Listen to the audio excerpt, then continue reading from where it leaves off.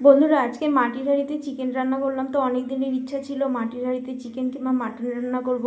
তো চলুন আজকে শেয়ার করি আপনাদের সাথে রান্নাটা। এই যে সব রেডি করে নিয়েছি। কেমন আছেন সবাই? Welcome to my channel. আমি কেয়া নিয়ে এসেছি ছোট্ট একটা রান্নার ভিডিও। তো চিকেনগুলো নিয়ে নিলাম। এবার ছোট ছোট পেঁয়াজ রসুন গোটা গোটা একটু দিয়ে দিলাম, আর একটু কুচি পেঁয়াজও দিলাম, কিছু কাঁচা লঙ্কা দিলাম, একটু আদা স্লাইস করে রেখেছিলাম আদা দিলাম, এটা রসুন আর আদা বাটা দিলাম। এবার এক এক করে গুঁড়ো মশলা দেব। তো হাঁড়িটা ভীষণই ছোট হয়েছিল, আসলে হাঁড়িটা কেনা নয়, মানে দই আনা হয়েছিল। এই দইয়ের হাঁড়িটাই আমার খুব ইচ্ছা হলো যে একটু রান্না করে দেখি।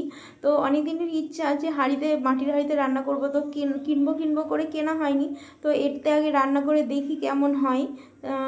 তারপরে একটা বড় হাঁড়ি আর একটা নিয়ে আসবো। তো এটাও রেখে দিব, ছোট ছোট রান্নাগুলো এই হাঁড়িতে করব।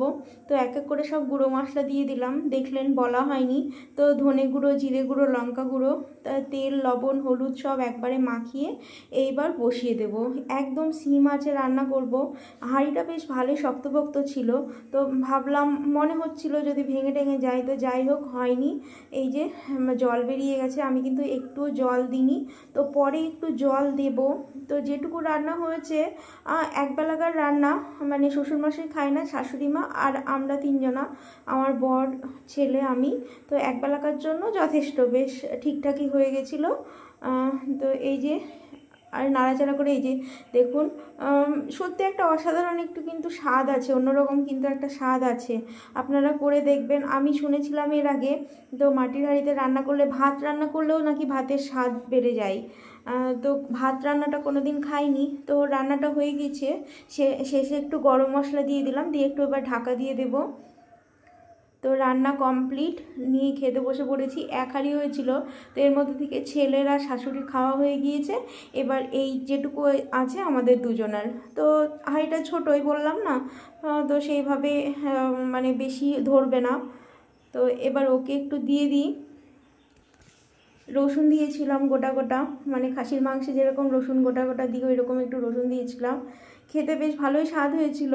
তো আর একটা জিনিস হচ্ছে, খারাপ হয়েছিল। তো বরকে বললাম গুঁড়ো মশলাটা দিতে, ও একটু লবণটা বেশি দিয়েছিল, সেই জন্য একটু জল দিতে হয়েছিল। না হলে একদমই জল দিতাম না, যেটুকু জল বেরিয়েছে ওতেই একটু কষা কষা রান্না করতাম। তো ওকে দিয়ে আমি একটু নিয়ে নিলাম।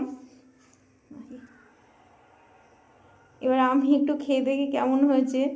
ভালো হয়েছিল, আমারও খুব বেশ ভালো লাগলো।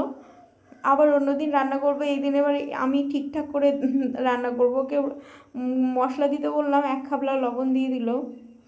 তো একটু বেশি হয়েছিল, খুব না, তো তার জন্য একটু জল দিতে হয়েছিল। তো কেমন লাগলো রান্নাটা অবশ্যই জানাবেন। ভালো লাগলে একটু লাইক কমেন্ট করে দিন। তো আপনারা এইভাবে একটু করে দেখবেন, ভালোই লাগবে।